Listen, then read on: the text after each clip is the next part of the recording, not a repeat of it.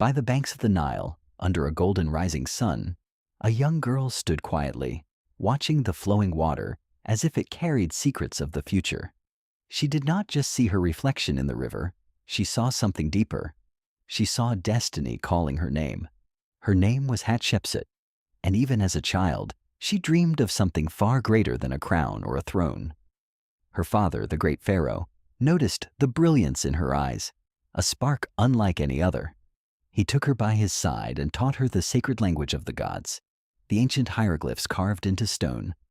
While others chased jewels and luxury, she chased knowledge, wisdom, and understanding.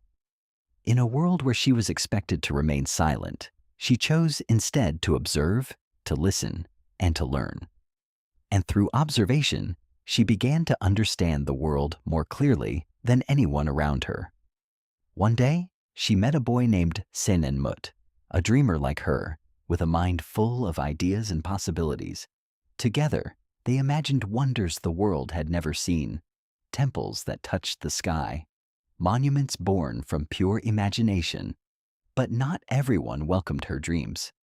In the shadows of great temples, the priests whispered, doubting her, fearing her, rejecting the idea of a woman rising to power. Still, Hatshepsut did not bend. She stood firm, holding on to her vision with quiet strength. Then, without warning, darkness entered her life. Her father fell gravely ill. The palace, once filled with light and music, became heavy with fear and uncertainty. At his side, she made him a promise to protect Egypt no matter the cost.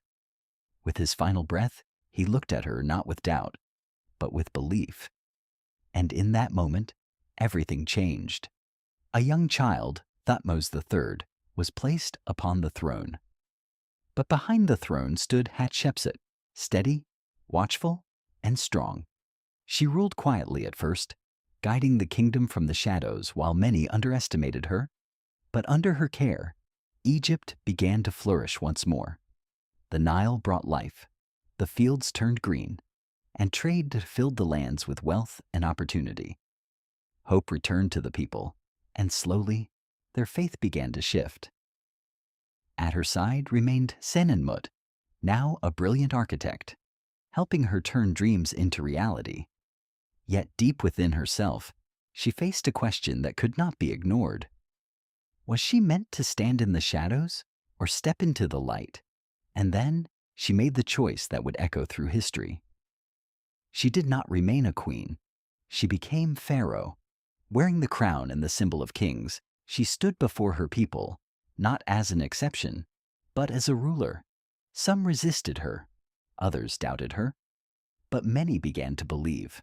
Under her vision, monuments rose from the earth, Alima and timeless. Her greatest creation, her temple, stood carved into the cliffs, a masterpiece of beauty and power. Egypt entered an age not of war, but of peace, growth, and greatness. But time moves forward, always.